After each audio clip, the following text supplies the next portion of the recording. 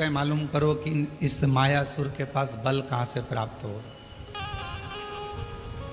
और सारे देवता मालूम करने में लगे, फिर भी कोई ठिकाना नहीं मालूम पड़ा कि आखिर बल कहाँ से आ, कैसे प्राप्त हो। महीनों निकल गए, पर जितना बल मायासुर के पास था, वो बल और बढ़ता चला गया, और बढ़ता।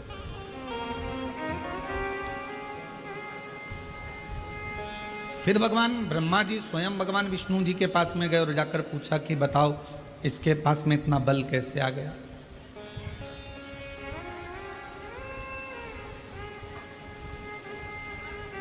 इतना बल इसके पास प्राप्त कैसे हो रहा है। 2 महीना फिर निकले तो फिर बल बहुत बढ़ गया। अब वो मायासुर क्या करता था ये कोई नहीं जान पाया। कहाँ जाकर तप करता था, साधना करता था, व्रत करता था, उपासना करता था, क्या करता था ये कोई नहीं जान पाया। कोई भी नहीं जान। अब आखिरी में देवऋषि नारद के पास में खबर गई। देवऋषि नारद से पूछा कि आप बताओ कि मायासुर कहाँ जाता। मायासुर को जानने के लिए नारद जी ने अपने गुप्तचर लगाए, स्वयं नारद जी जाते रहे पता करने के लिए कि मायासुर ना तो ब्रह्मा जी का भजन कर रहा है, ना भगवान शिव का भजन कर रहा है, ना भगवान विष्णु का भजन कर रहा है, ना इंद्र का भजन कर रहा है, ना किसी देवता का भजन कर रहा है। फिर इसके पास में इतना बल बढ़ कैसे, प्राप्त कैसे हो। नारद जी भी थक गए। एक दिन नारद जी अपने भांजे के पास पहुंचे, पर्वत मुनि के पास, और नारद जी अपने भांजे के पास बैठकर बात कर रहे थे कि मायासुर के पास ना जाने कहां से बल आ रहा है, और वो बल के ऊपर इतना उसको कि जो चाहे वो काम कर लेता। कोई देवता से बल नहीं मांगा उसने, किसी देवता से वर नहीं मांगा, ना बल मांगा, ना देवता से वो वर मांग रहा है, ना बल मांग रहा है, पर उसके पास इतना बल कहां से आ रहा है ये समझ में। किसी ना किसी का तो सपोर्ट है। आप में से कोई व्यक्ति बहुत अकड़ कर बोले, बहुत चिल्ला कर बोले, बहुत अकड़ कर बोले, तो किसी ना किसी का तो सपोर्ट है। तो वो बल कहां से आ रहा। पर्वत मुनि ने कहा कि मैं पता करता, और पर्वत मुनि उस बल का मालूम करने के लिए, मायासुर के पास बल कहां से आ रहा है उसको ढूंढने के लिए पर्वत मुनि भी निकल। देवता नहीं जान पाए, देवऋषि नारद नहीं जान पाए, पर्वत मुनि नहीं जान पाए। आखिरी में नारद जी गए तुमरुका जी के पास में, और जब कोई निर्णय ना निकले, व्यक्ति हर तरह से हताश हो जाए, तब वो शिव महापुराण की कथा में जाकर बैठ जाए तो मालूम पड़ता है कि बल कहां से। शिव महापुराण की कथा आपको मार्ग भी बता देती है, शिव महापुराण की कथा ये भी बता देती है कि बल कहाँ से आ रहा है, और शिव महापुराण की कथा ये भी बता देती है कि बल कहाँ से प्राप्त करना। आज शिवरात्रि है, पूरा विश्व तैयारी में लगा है। शाम को 7 बजे से 8 बजे तक ऑनलाइन भगवान शंकर के अभिषेक की। भगवान शंकर पर धान्य चढ़ाने का क्या फल है, काली मिर्च चढ़ाने का क्या फल है, काली तिल चढ़ाने का क्या फल है, फूल चढ़ाने का क्या फल है, धतूरा चढ़ाने का क्या फल है, बेलपत्र चढ़ाने का क्या फल है। और जब वो 12 महीने की शिवरात्रि नहीं कर पाता और 12 महीने शंकर जी का पार्थिव लिंग का पूजन नहीं कर पाता, मात्र एक शिवरात्रि के दिन भी अगर वो पार्थिव लिंग का पूजन कर लेता है तो पूरे वर्ष की शिवरात्रि का फल उसको एक बार में ही प्राप्त। और ये हमारी बात पर भरोसा मत करो, आप तो शिव महापुराण की कथा पढ़ो, उसका अध्ययन करो। गीता प्रेस गोरखपुर के शिव पुराण लेकर आओ, उसको पढ़ो, उसमें आपको मिलेगा। अध्ययन करो।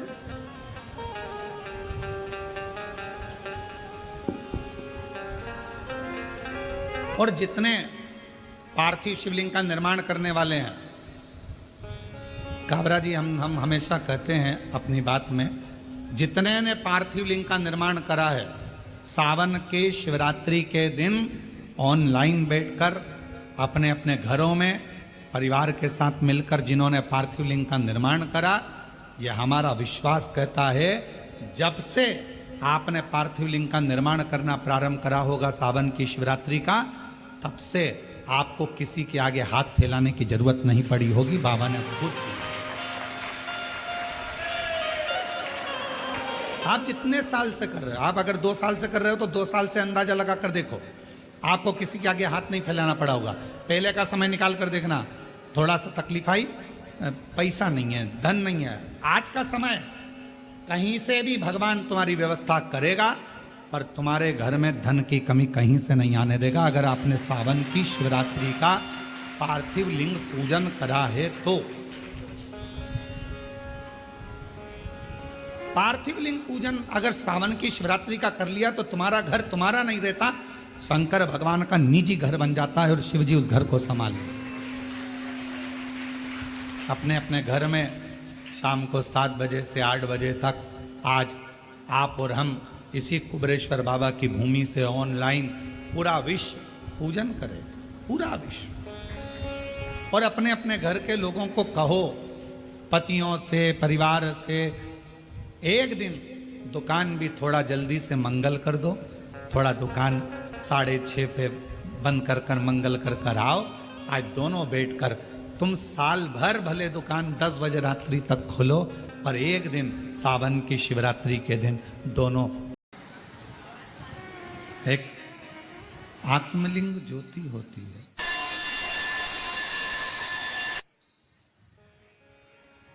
और वो आत्मलिंग ज्योति शिवलिंग की ज्योति की ओर जाती है, और भगवान शंकर के शिवलिंग में जो ज्योति होती है वो आत्मलिंग ज्योति की ओर जाती है।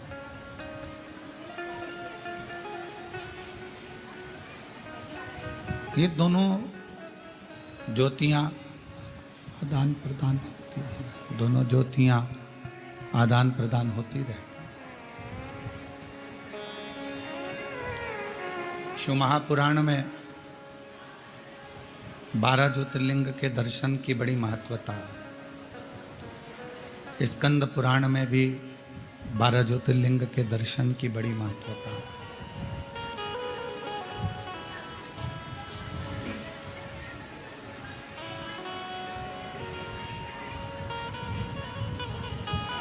लिंग पुराण में भी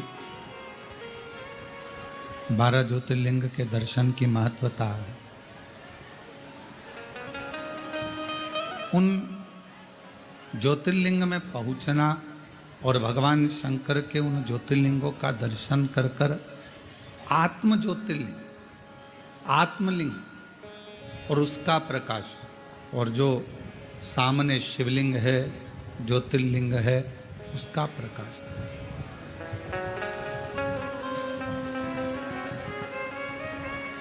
इन दोनों ज्योति का मिलन, इन दोनों ज्योति के प्रकाश का मिलन हमें एक ऊर्जा प्रदान करता है, बल देता है, और एक संपूर्ण विश्व का कोई अच्छा कार्य कर पाते हैं। कावड़ लेकर आए हो आप लोग? कौन कौन लेकर आया था? सभी लोग लाए हो? रखवा। तो जब कावड़ लेकर आप लोग चलते हैं, कावड़ लेकर जब आप लोग आते हैं, आप अपने घर में तो इतना चलते नहीं हो, चल पाते हो क्या? नहीं। इतना भूखे भी नहीं रह पाते हो, बार बार पानी भी पीना होता है, बैठना भी होता है, कार्य भी करना होता है, पर पाँव में छाले पड़ रहे हैं, एड़ियाँ दुख रही है, पाँव पूरा नस नस तड़प रही है, और तो भी आपके मन को, आपकी आत्मा को कोई बल दे रहा है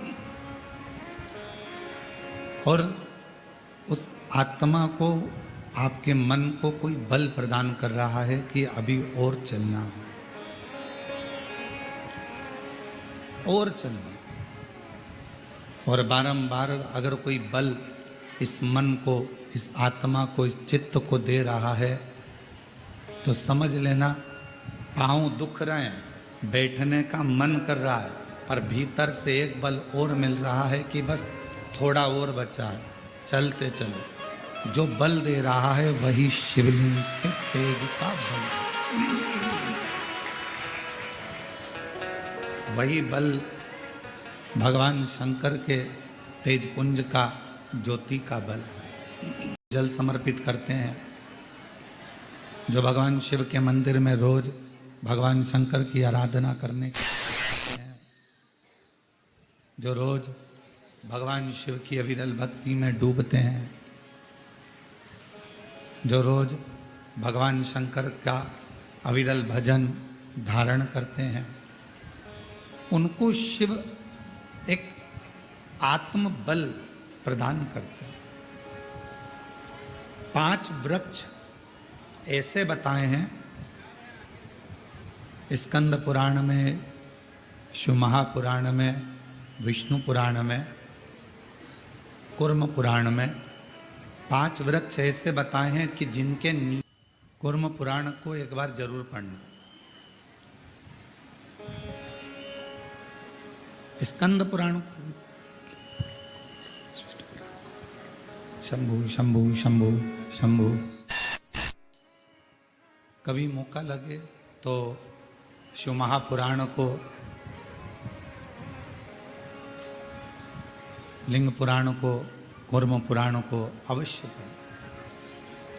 और जब आप पढ़ेंगे, उसको अध्ययन करेंगे, थोड़ा सा ध्यान देंगे तो आपको मालूम पड़ेगा 5 वृक्ष ऐसे हैं जिनके मात्र नीचे से निकल जाने पर भी व्यक्ति को बल प्राप्त हो जाता। पहले नंबर पर है बेलपत्र का वृक्ष, दूसरे नंबर पर है शमी का वृक्ष, तीसरे नंबर पर है आंवले का वृक्ष, चौथे नंबर पर है पीपल का वृक्ष और 5वें नंबर पर है वट वृक्ष।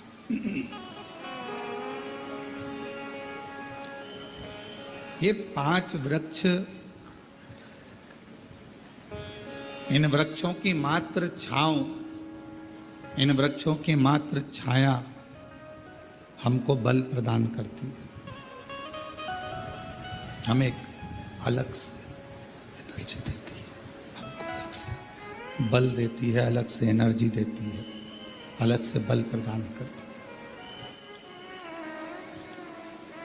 और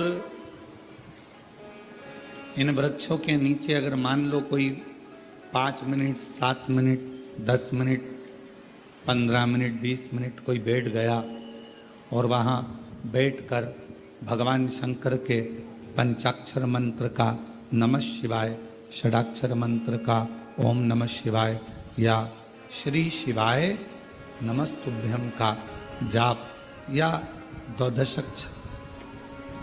द्वादशाक्षर मंत्र ओम नमो भगवते वासुदेवाय का जाप, राम नाम, कृष्ण नाम, शिव नाम का जप यदि कोई मन से इन वृक्षों की बैठकर, वृक्षों की छांव में बैठकर यदि करता है तो उसको उसका फल अवश्य प्राप्त होता है, उसका फल उसे अवश्य मिलता है।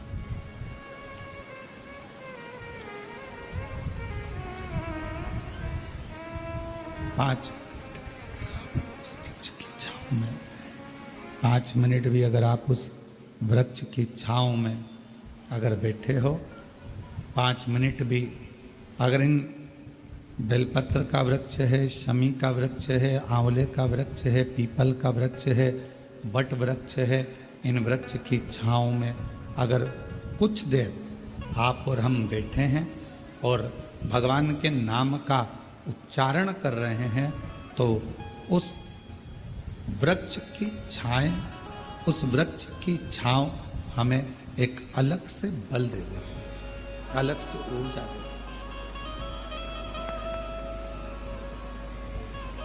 और मेरी जीजियों, मेरे जीजाओं, मेरी बेटियों, बेटाओं, मेरी माताओं, मेरे भाई, मेरी बहनों, एक निवेदन करेंगे कि कभी यदि बहुत ज़्यादा रोग शरीर में अगर ग्रसित हो गया और रोग छूट नहीं रहा, तो शमी के वृक्ष के नीचे बैठकर या तो भगवान शिव का नाम या भगवान श्री गणेश जी महाराज का नाम, जैसा तुम जप सकते हो, जैसा तुम बोल सकते हो, जैसा तुम भज सकते हो, वैसा भजो, वैसा करो,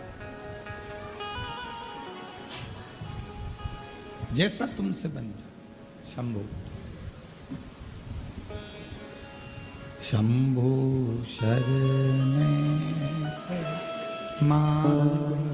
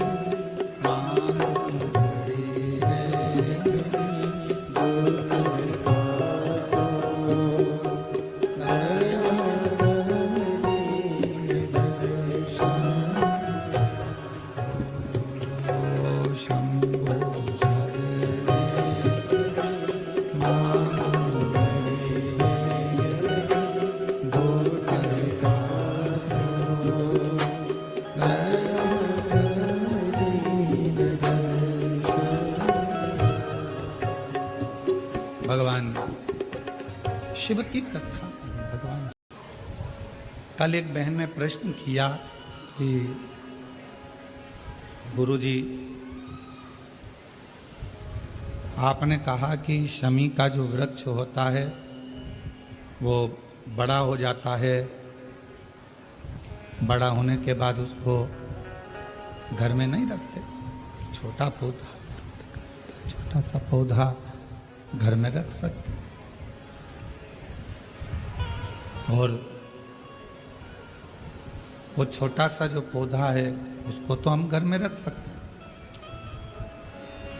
पर वृक्ष, शमी का वृक्ष जितना बड़ा होता चले जाता है तो उसको घर से अपन रखते नहीं, उसको फिर कहीं बगीचे में या कहीं एकांत में या जहाँ उसकी ज़रूरत है वहाँ उसको लगा दिया जाता। गणेश पुराण में एक बात आती है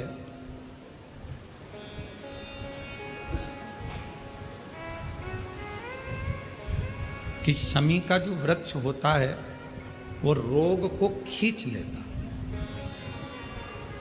बीमारी को खींचता, तकलीफों को खींचता, दुख को खींचता, शरीर के रोगों को वो खींच लेता। तो शिव महापुराण की कथा में और गणेश पुराण की कथा से एक बात सीखने को मिलती है कि पौधा छोटा रहेगा तो आप उसका पूजन भी कर सकोगे, पत्ते भी ले सकोगे, शिवजी पे भी समर्पित कर सकोगे, और घर के अंदर यदि कोई तकलीफ में है, कष्ट में है, तो उसके दुख को भी वो खींच ले, उसके कष्ट को भी वो खींच ले। उसके कष्ट को, उसके दुख को खींच लेता है, उसके कष्ट को, उसके दुख को वो खींच लेता है। पर जैसे ही शमी का पौधा बड़ा हुआ, शमी का वृक्ष बड़ा हुआ, और उस वृक्ष के इर्द गिर्द से अगर कोई निकल कर जा रहा है, शमी के उस वृक्ष के आसपास से, इर्द गिर्द से अगर कोई निकल कर जा रहा है, तो उसके भी रोग को वो खींचता है, उसके भी रोग को वो खींचता। तो हमारे यहाँ सनातन धर्म में सर्व जगत के हित की बात कही जाती है कि शमी का जब पौधा बड़ा हो जाए, शमी का वृक्ष जब बड़ा हो जाए, शमी का पौधा जब बड़ा हो गया, तो उसे कहीं अच्छी जगह पर लगा दिया जाए, जिससे सर्व जगत के दुखों को वो खींचता रहे, सबके रोगों को वो खींचता रहे, समाप्त करता रहे, सबके रोगों को वो खींचता रहे, समाप्त करता रहे। सर्व जगत के हित। छोटा है पौधा अपने नजदीक। शिव महापुराण में 5 वृक्षों का जो वर्णन किया गया, पहले नंबर पर है बेलपत्र का वृक्ष, दूसरे नंबर पर है शमी का वृक्ष, तीसरे नंबर पर है आंवले का वृक्ष, चौथे नंबर पर है पीपल का वृक्ष, और 5वें नंबर पर है वट वृक्ष।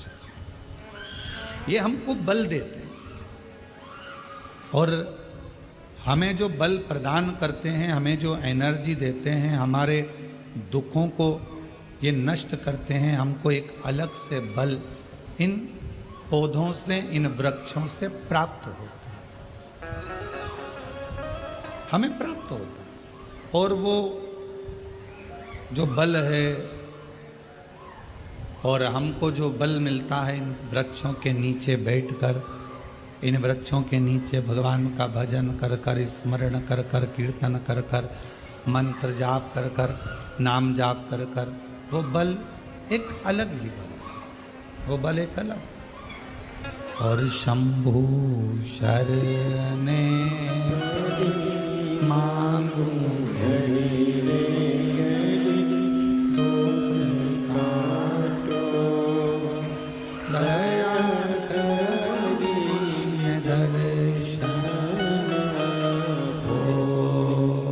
शंभु शरणे मांगू घड़ी दुख काटो, दया करीने दर्शन आपो।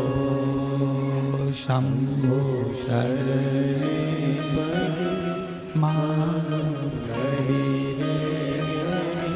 दुख काटो, दया करीने दर्शन आपो। शंभु शरणे मांगू घड़ी दुख का